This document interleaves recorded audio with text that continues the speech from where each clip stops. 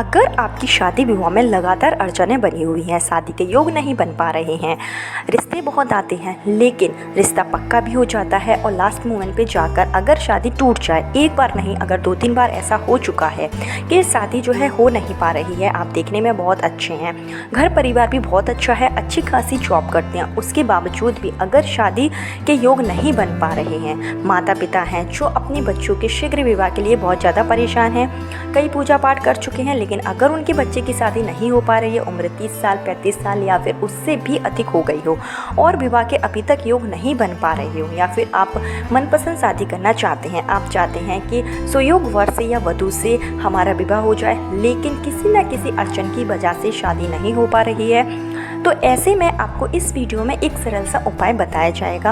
अगर आप इस उपाय को करते हैं, जो कि आपको करना है निर्जला एकादशी के दिन। आपको बता दें कि जो निर्जला एकादशी है वो 2024 में 18 जून ज्येष्ठ मंगल के दिन पड़ेगी। निर्जला एकादशी का अपने आप में बहुत महत्व होता है। 24 एकादशी में से निर्जला एकादशी एक ऐसी होती है जिस दिन अगर आप सिर्फ व्रत रख लेते हैं और व्रत रखने के बाद अगर आप श्री हरि विष्णु की विधि विधान से पूजा अर्चना कर लेते हैं तो आपकी जो भी मनोकामना है वो पूरी हो जाती है।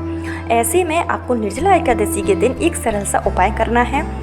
यह जो उपाय है वो माता पिता भी अपने बच्चों के शीघ्र विवाह के लिए कर सकते हैं, क्योंकि अगर बच्चों के विवाह में देरी आती है तो बच्चे तो परेशान होते ही हैं, लेकिन उससे कई ज़्यादा परेशान माता पिता हो जाते हैं। ऐसे में माता पिता जो भी उपाय करते हैं और जो भी पूजा पाठ करते हैं वो पूर्ण विश्वास और श्रद्धा के साथ करते हैं।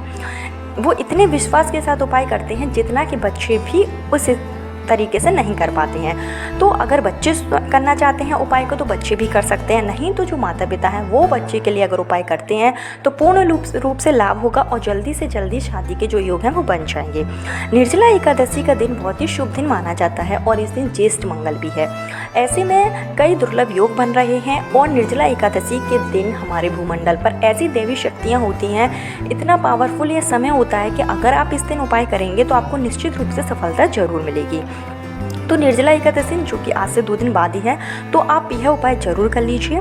निर्जला एकादशी के बारे में डेट में थोड़ा सा कन्फ्यूज़न है, बहुत से लोग सोच रहे हैं कि ये 17 को है, बहुत से लोग सोच रहे हैं 18 को है। तो इधर आपको बता दें कि जो निर्जला एकादशी है वो आपको 18 जून मंगलवार के दिन ही आपको उपाय करना है। जो व्रत करेंगे वो भी 18 जून के दिन ही करेंगे। तो इस उपाय के लिए आपको जो जो चीज़ों की ज़रूरत पड़ेगी, क्या क्या आपको लेना है, किस तरीके से आपको उपाय करना है, संपूर्ण जानकारी आपको इस वीडियो में दी जाएगी। तो आगे उपाय बताने से पहले हमेशा की तरह आपसे मेरा निवेदन है कि अगर अभी तक आपने मेरा चैनल छोटी बहू डेली टिप्स को सब्सक्राइब नहीं किया है तो चैनल को सब्सक्राइब जरूर कर लीजिए। वीडियो पसंद आए तो लाइक कीजिए और कमेंट बॉक्स में हर हर महादेव या जय मां लक्ष्मी जरूर लिखिए, जिससे कि मां लक्ष्मी की कृपा आप पर और आपके परिवार पर हमेशा के लिए बनी रहे। तो आपको क्या करना है, निर्जला एकादशी के दिन यानी कि 18 जून के दिन सुबह आपको जल्दी उठ जाना है। आपको कोशिश यह करनी है जो भी इस उपाय को कर रहा है, अगर माता पिता कर रहे हैं तो, और अगर बच्चे कर रहे हैं तो उनको सुबह 5 से 6 के बीच में या जल्दी ही उठ जाना है। स्नान आदि करके आप फ्री हो जाइए, स्वच्छ कपड़े पहन लीजिए। सबसे पहला आपका काम रहेगा कि आपको अपने घर के जो पूजा स्थल में एक शुद्ध देसी घी का दीपक जलाना है और हाथ जोड़कर विनम्र भाव से आपको प्रार्थना करनी है। जो भी देवता को आप मानते हैं या जो भी आपके कुल देवता हों, जो भी आपके इष्ट देवता हों, उनसे आपको प्रार्थना करनी है कि हे प्रभु, मैं यह उपाय करने जा रहा हूँ या जा रही हूँ, इसमें आप मुझे सफल करें। जो भी अगर भूल चूक गलती हो जाए तो उसको माफ़ कर दें और जल्दी से जल्दी विवाह के योग बना दें। जो भी हमारे ऊपर दोष हो उसको समाप्त करें। इस तरीके से आपको प्रार्थना करनी है, क्योंकि जब हम कोई भी उपाय करते हैं सबसे पहले अगर हम अपने घर के देवता को पूछते हैं तो हमें निश्चित रूप से सफलता जरूर मिलती है। उसके बाद में आपको क्या करना है कि आपको बैठ जाना है अपने घर के तुलसी गमले के पास में, जहाँ भी आपके घर में जो तुलसी का पौधा लगा है तो वहाँ आप बैठ जाइए। आपको इसके लिए एक आसन बिछाना है। अगर आपके पास पीले कलर का आसन है तो बहुत अच्छी बात है, आप पीले कलर के आसन पर ही बैठिए। नहीं है तो आप कोई भी आसन पर बैठिए, लेकिन एक पीला सा कपड़ा उस पर आप बिछा लीजिए।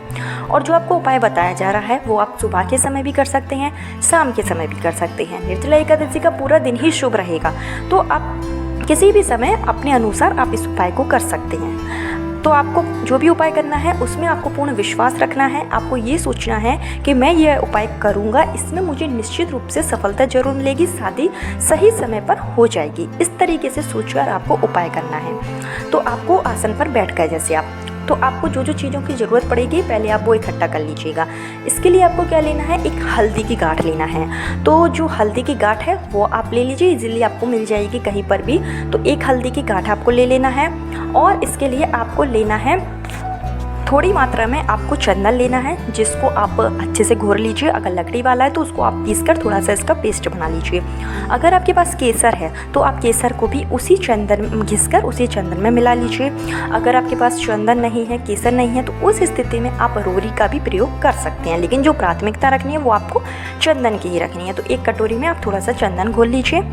एक हल्दी की गांठ आपको ले लेना है और सबसे पहले आपको जो काम करना है कि आप जब तुलसी के गमले के पास में बैठें तो आपको आटे के दीपक, छोटे छोटे आटे के 7 दीपक आपको बनाना है। यह 7 दीपक आपको तुलसी के गमले के पास में प्रज्वलित कर देना है। इसमें आप गोल बाती भी लगा सकते हैं और लंबी बाती भी लगा सकते हैं। अगर आप आटे का दीपक नहीं बना पाए किसी कारण से, तो फिर उस स्थिति में आप मिट्टी के दीपक का भी प्रयोग कर सकते हैं। इस तरीके से 7 दीपक आपको तुलसी के गमले के पास में जला लेना है। जो आपने एक हल्दी की गांठ ली है उस पर आपको थोड़ा सा गंगा जल छिड़कना है। थोड़ा सा गंगा जल छिड़क लीजिए हल्दी की गांठ पर। उसके बाद में आपको अपनी अनामिका उंगली से, जो आपने चंदन घोरा है, उससे आपको हल्दी की गांठ पर तिलक लगाना है। आप अनामिका उंगली से सबसे पहला जब तिलक लगाएंगे तो आपको बोलना है, हे तुलसी माता, हे लक्ष्मी नारायण, अगर मेरे ऊपर किसी भी तरीके का पितृदोष हो, हमारे पूर्वज हमसे नाराज हों और मांगलिक कार्य अगर नहीं हो पा रहा है, तो उसके लिए आप आशीर्वाद दें। जो भी दोष हो उसको समाप्त कर दें और जल्दी से जल्दी विवाह के योग बना दें। इस तरीके से आपको एक बिंदी लगा देनी है। फिर आपको पुनः दोबारा से अनामिका उंगली से एक दूसरा आपको तिलक हल्दी पर लगाना है। जब आप दूसरा तिलक लगाएंगे तो उस समय आपको प्रार्थना करनी है कि अगर मेरे ऊपर किसी भी तरीके का नज़र दोष हो तो हे प्रभु, हे विष्णु भगवान, हे लक्ष्मी माता, हमारे ऊपर नज़र दोष है जिसके कारण शादी नहीं हो पा रही, तो उसको समाप्त कर दें। इस तरीके से फिर आपको तीसरा तिलक थोड़ा सा आपको दोबारा से हल्दी लेनी है और तीसरा तिलक आपको दोबारा से हल्दी की गांठ पर लगाना है। यह जो आप तीनों तिलक लगाएंगे वो आपको अलग अलग जगहों पर लगाना है। तो आप दोबारा से जब आपने तीसरा तिलक लगाया तो आपको प्रार्थना करनी है कि हे प्रभु, अगर मेरे ऊपर शनि दोष है या फिर कुंडली में राहु केतु की स्थिति अच्छी नहीं है, मंगल दोष है, या फिर किस ग्रहों की जो स्थिति है वो अनुकूल नहीं हो पा रही है, शादी का योग नहीं हो पा रहा है, तो इन सब दोषों को समाप्त कर मंगलमय शादी होने के योग बना दीजिए। या फिर आप जिस किसी भी जीवन साथी से आप चाहते हैं शादी करना, मनपसंद अगर आप शादी करना चाहते हैं तो उसके लिए आपको प्रार्थना करनी है। इस तरीके से आपको 3 तिलक हल्दी की गांठ पर लगा लेने हैं।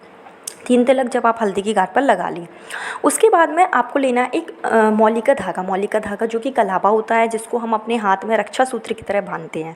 उसकी आपको 3 बार आपको इस हल्दी के ऊपर आपको 3 बार अच्छे से फेर लेना है। 3 बार जब आप फेरेंगे उसके बाद में आपको इसमें गांठ नहीं लगानी है, इस बात का ध्यान रखिएगा। सिर्फ आप इसको 3 बार फेर के ऐसे ही आपको छोड़ देना है। और आपने जो हल्दी की गांठ, इस तरीके से हल्दी की गांठ तैयार हो गई जिस पर आपने मौलिका धागा बांधा हुआ है। यह हल्दी की गांठ आपको तुलसी जी के गमले में ही अच्छे से दबा देना है। थोड़ी सी मिट्टी आप वहाँ से निकालिएगा और उसी गमले के अंदर इसको अच्छी तरीके से दबा दीजिए। ऊपर से पुनः मिट्टी आप डाल दीजिए, जिससे कि हल्दी की गांठ पर किसी की नज़र ना जाए। इस तरीके से आपको यह उपाय करना है। और आपके पास अगर श्रृंगार का सामान है, जैसे बिंदी हो गई, चूड़ी हो गई, थोड़ा बहुत भी अगर आपके पास सामान है, तो आप तुलसी माता को निर्जला एकादशी के दिन जरूर चढ़ाएं। निर्जला एकादशी का जो दिन होता है उस दिन तुलसी माता श्री हरि विष्णु के लिए निर्जल व्रत रखती हैं। इस दिन अगर हम श्रृंगार की चीज़ें माता तुलसी को चढ़ाते हैं तो ये बहुत ही अच्छा माना जाता है और तुलसी माता हमें अपना पूर्ण आशीर्वाद प्रदान करती हैं। तो इस तरीके से आप जो भी आपके पास है, अगर कुछ भी नहीं है तो आप तुलसी माता पर बिंदी ही लगा दीजिए। जो भी आपके पास सामान है आप वो चढ़ा दीजिए।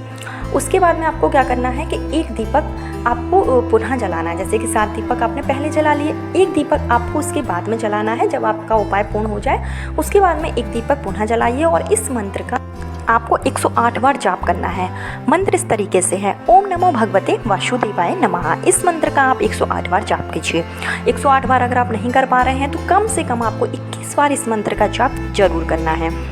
इस तरीके से आपका जो उपाय है वो पूर्ण होता है। अगर आप यह उपाय निर्जला एकादशी के दिन करते हैं तो सिर्फ एक दिन का किया हुआ जो उपाय है वो आपकी सारे दोषों को समाप्त कर देगा, शादी में जो भी अड़चनें आ रही हैं, किसी भी वजह से आ रही है, वो दूर हो जाएगी।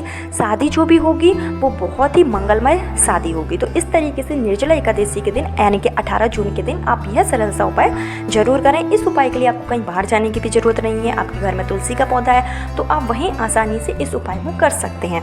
इन केस अगर आपके घर में तुलसी का पौधा नहीं है तो फिर आप किसी मंदिर में जाकर इस उपाय को पूर्ण कर सकते हैं। आपको किसी और के घर में जाकर यह उपाय नहीं करना है। और आपको निर्जला एकादशी के दिन पूरे उपाय के दौरान आपको जल का प्रयोग नहीं करना है। आपको जल तुलसी माता पर नहीं चढ़ाना है। अगर आप गलती से भी जल तुलसी माता पर निर्जला एकादशी के दिन चढ़ाते हैं तो इस पर आपको दोष लगेगा। आपका जो उपाय है वो पूर्ण नहीं हो पाएगा। इस बात को आप अच्छे से याद रखिएगा। तो यह छोटा सा उपाय था। कल फिर मिलती हूँ नए वीडियो नए उपाय के साथ। जब तक के लिए राधे राधे।